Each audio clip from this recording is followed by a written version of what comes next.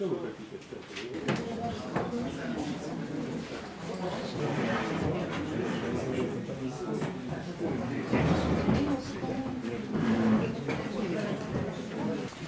Сыктывкарцы, уважаемые участники нашего совещания, уважаемые коллеги депутаты, средства массовой информации.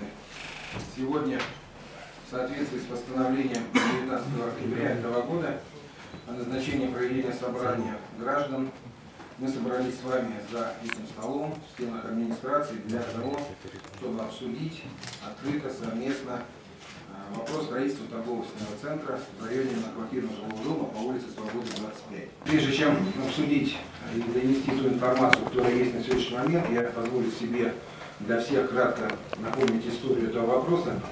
В 2009 году постановлением администрации города Сыктывкара был утвержден участок для строительства компании «Краском» торгового-офисного здания по улице Свободы в районе номер дома 25 и согласовано место размещения объекта предварительно на 3 года. В 2011 году был утвержден градостроительный план земельного участка, предназначенный для строительства, и в 2013 году участок был передан компании «Краском» в аренду сроком на 3 года. Однако в сентябре 2015 года администрация города отказала компании «Краском» в выдаче разрешения на строительство, указав, что территория, на которой расположен участок, в 2010 году была отнесена территориям общего пользования. Получив отказ, заявитель обратился в арбитражный суд республики, который признал данный отказ недействительным и обязал администрацию города Сыктывкара выдать такое разрешение. В исполнении решения арбитражного суда 29 июня администрация Сыктывкара выдала компании «Краском» разрешение на строительство. В сентябре уже вот этого года, совсем недавно, вы все знаете, что после возведения забора и начальных работ, администрация города дважды обращалась с жалобой в арбитражный суд для наложения защитных мер с целью приостановления строительных работ. Несмотря на это, работы были начаты, забор был установлен, но все, что там происходило, все мы с вами увидели, и это вызвало широкий общественный резонанс и в средствах массовой информации, и у жителей близлежащих домов. В рамках подготовки уже к нашей сегодняшней встрече на этой неделе в администрации города прошел ряд рабочих совещаний с участием компании «Краском», с участием депутатов Совета города Сыктывкара. И в принципе я хотел бы поблагодарить всех неравнодушных людей, кто обозначил свою позицию, поблагодарить компанию «Краском», которая, я считаю, услышала мнение людей, услышала позицию администрации, депутатов Совета города.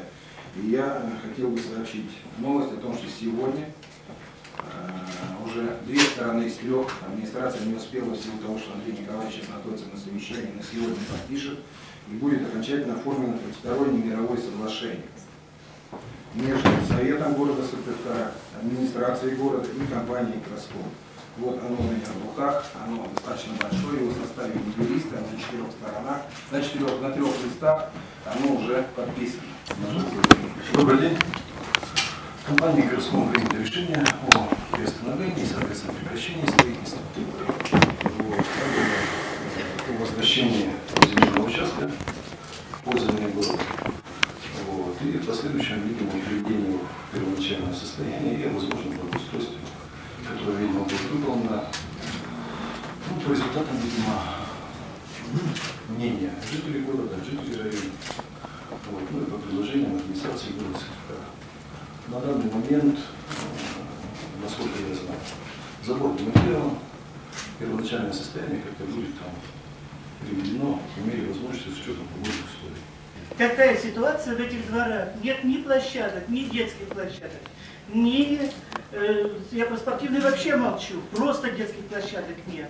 И умудриться воткнуть вот это вот безобразие, я другого слова не могу найти, простите. Что было, то было. И я думаю, меня все поддержат здесь.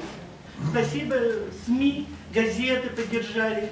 Хотя бы нас держали город в курсе всех этих событий. Если бы этого не было, я думаю, знаете, руки опускались в какие-то моменты. Очень благодарны мы вот Богданову Илье. Здесь он тоже. Да, он где-то был здесь, очень благодарны. Он тоже нам помог. Так что, вот вы знаете, спасибо неравнодушным людям. Спасибо СМИ. Хочу сказать спасибо строителям, что они действительно нашли конструктивный вариант. И вот я хочу предложить, что все-таки там находится у нас соборная площадь. В 2007 году священнослужители уже подходили к вам, вы тоже тогда были, чтобы там устроить сквер, вот именно на том же месте. И поставить памятник вот нашему святителю Коми народа. По крайней мере, люди, то вот я там прохожу постоянно, там рисуют храм, все, даже места нет. Посмотрите, вот Санкт-Петербург, сколько скверов, вот стоит сквер, скамеечки. Понятно. Ваше предложение понятно. Вот мое предложение вот услышать вот священнослужителей, которые вам предлагали в 2007 году, там построить сквер и поставить памятник нашему святителю Коми народа. Я не житель этого района, но я имел небольшое отношение к этим домам. Я хочу сказать, что много лет тому назад, когда создавался этот проект, на этом месте должен был быть небольшой кинотеатр. Небольшой. Но должен был быть проспект Свободы, который идет от улицы Интернациональной до реки. И если вот обратили внимание, 10-й дом, 10-А, стоит подальше от дороги. Да? Это должен был быть проспект. Но время идет, все меняется, решили поставить церковь. Ну, поставили хорошо. Но это же не говорит о том, что надо вообще похабить вот это место. Надо же как-то... Ну, сидело тут два мэра. Мало их посадили, их надо было расстрелять вообще до этого. Но надо же голову иметь, чтобы делать вот такие вещи в городе. Я уже не только об этом месте говорю, я говорю обо всем городе. Это же ведь вредители, были явные вредители. Вот последние 12 лет где-то это были явные вредители. Мы вот говорили уже и с главой администрации, и с Владимиром Владимировичем, что любые дальнейшие решения в части вот этой территории мы будем обсуждать с вами, и, может быть, и соберемся, и приедем к вам, так сказать, и будем совместно принимать решения. Самое интересное, это площадь соборная. Вы предсказали 2007 год, а я вам хочу сказать, что в 2004 году эта соборная площадь уже вошла во французский путеводитель Лептиф-Этер, который был уже презентован Дорлоповым, и соборная площадь там фигурирует. И даже такие слова: посещение площадей республики, города Сыктывкара, может соединить в одно прогулочное кольцо, чтобы показать столицу. Это 2004 год. Соборная площадь, постановление 2004 года. Еще раз спасибо всем за то, что пришли, за вашу неравнодушную позицию. Решение принято, оно озвучено. Завтра будет направлено в арбитражный суд республики. Да? Завтра суд для утверждения. Спасибо тогда большое за то, что пришли. Решение, которое есть, будет исполнено в соответствии с тем, что мы совместно вам озвучим. Владимир Владимирович, скажите, кто в итоге, вот вы же проводили проверку, вот, скажем так, виноват в том, что эта ситуация в принципе возникла, что приходится приводить переговоры с людьми, с застройщиком и так далее? Значит, во-первых, никакую проверку мы не проводили.